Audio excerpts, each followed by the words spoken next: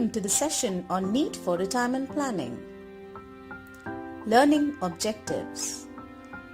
The main objectives of this video are to list the reasons to plan for retirement and assess the plans for retirement.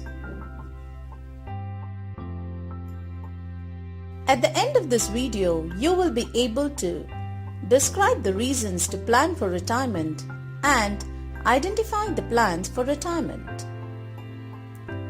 Did you know that the life expectancy of a 65-year-old presently is 20 or 25 years? This means that about half of the people will live above the age of 85, 90 or even 100. Now, what if you were one of those people? Have you done enough to save as much as you can? Is it enough? Will it last you your whole life? These are the questions that may hurt to be answered right away rather than when you are in stressed financial situation. That's why we need to plan for retirement. Retirement has many factors to consider. It may take a lot of time and planning to ensure that you are secure of your finances. Retirement planning today is more complex and considered several factors like rising healthcare, elevated lifestyles, exposure to harmful substances, and stress of active careers. After looking at so many factors, are you thinking, is my money going to last me till I'm 80 or 85? People are generally ignorant about their retirement. They are unaware of how long they are going to live, how much they will need during retirement, and how much they will actually be left with after calculating rising inflation.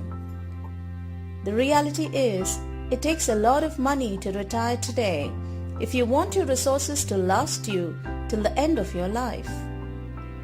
This is true even if you have a pension scheme that will cover a part of your expenses for the rest of your life.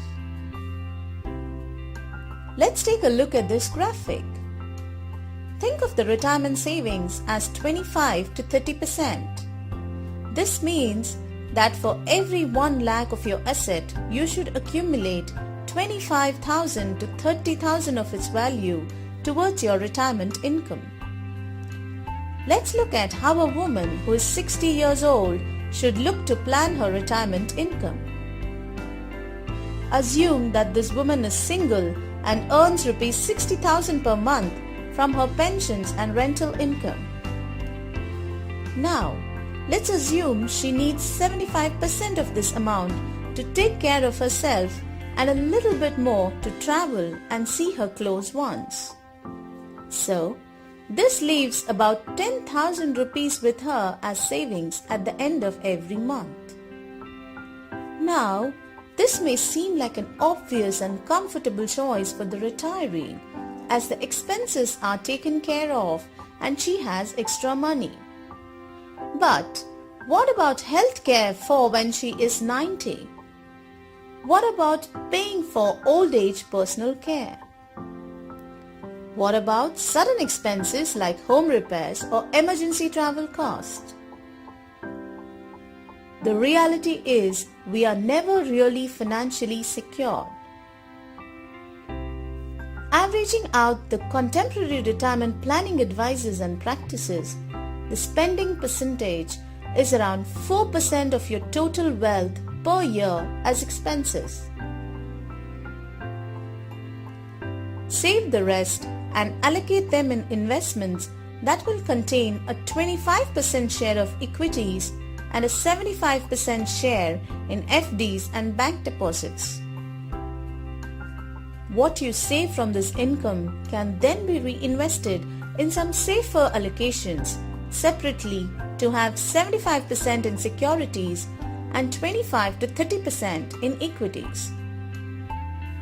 This does not guarantee that you will have enough if you should celebrate your 100th birthday, but it will definitely leave you with enough to have a small celebration on becoming a centurion. What are the important points to be considered for successful retirement planning? Think that you will live long. Plan that you will retire early. Beat the inflation before it beats you. Provide for contingencies. Provision for increased medical expenses after retirement. Provide for your spouse and dependents who may outlive you. Be vigilant about sources of your retirement income. Educate yourselves about retirement savings plan. Plan for an income for life. And take professional investment advice that works. In this session, we have covered the need for retirement planning and the means to plan for retirement. Thanks for watching this video.